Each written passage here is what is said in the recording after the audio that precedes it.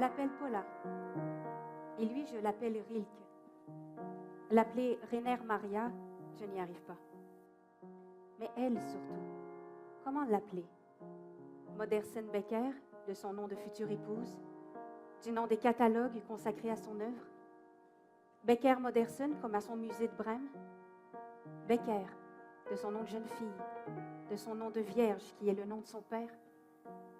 Le simple et honnête nom de Becker est un nom banal en Allemagne. Paula Becker est le nom d'une fille dont le père s'appelait Becker et qu'on a prénommée Paula. Les femmes n'ont pas de nom, elles ont un prénom. Leur nom est un prêt transitoire, un signe instable, leur éphémère. Elles trouvent d'autres repères. Leur affirmation au monde, leur être là, leur création, leur signature en sont déterminées. Elles s'inventent dans un monde d'hommes, par effraction. Paula peint des jeunes filles à cet âge où l'on devient grande. Elle les peint dans le ciel en contre-plongée. Martha Vogler, la très jeune fille blonde, le front large et clair, le regard grave, le visage ovale.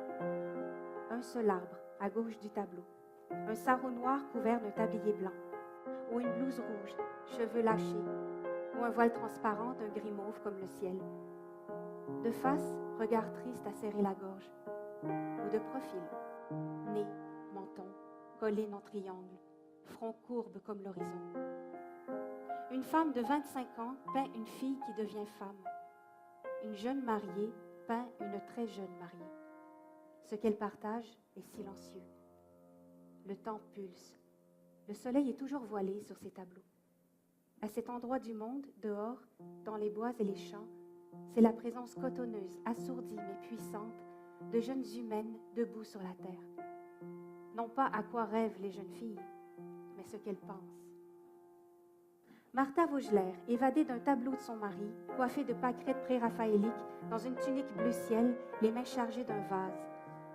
Cette pose un peu hiératique, sérieuse, le regard ailleurs, sera désormais la manière de Paula.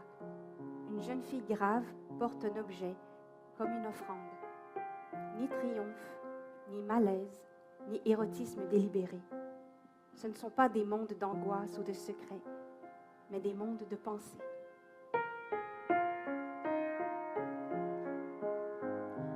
Naïve, Paula ne l'est pas. Simple non plus. Elle sait ce qu'elle cherche. Elle va à son essentiel qui est complexe et savant. Peut-être c'est elle aussi qu'elle peint après des siècles de regards masculins.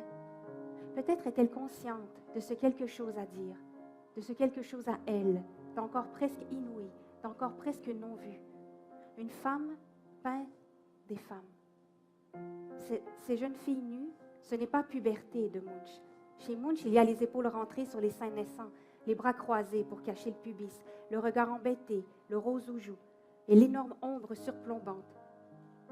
Chez Paula, il n'y a pas d'ombre, pas de sens ajouté, pas d'innocence perdue, pas de virginité bafouée, pas de sainte jetée au fauve, ni réserve, ni fausse pudeur, ni pure, ni pute.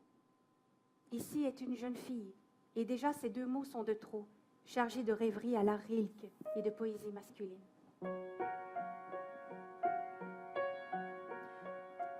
Paula est enceinte dans un autoportrait de 1907.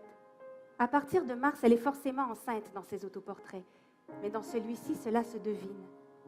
Elle nous regarde, sérieuse, un peu moqueuse, les joues du même rose que les deux fleurs tenues à la Paula, et son autre main est posée sur l'arrondi du ventre, très haut, la courbe de la sphère. Un autre autoportrait enceinte, nu jusqu'à la taille, plus frontal et plus stylisé. Elle s'y représente dans une composition façon fresque, entre deux cariatides. Ventre rond, couronné de fleurs, collier d'ambre, coupe de fruits dans une main, orange dans l'autre. Elle semble satisfaite, un peu malicieuse. Une des cariatides a l'air excédée, l'autre est moqueuse. C'est techniquement le premier autoportrait enceinte nue de l'histoire de l'art. Se rend-elle compte, Paula, qu'aucun peintre, aucune peintre, ne s'est jamais représentée enceinte? Elle semble peindre si spontanément, au rythme de la vie et de la toile, avec son regard que Rilke qualifiera de pauvre, ce regard nu, mais avec dans les yeux Cézanne, Gauguin, Van Gogh et le douanier Rousseau, et le passé impressionniste, et le cubisme qui vient.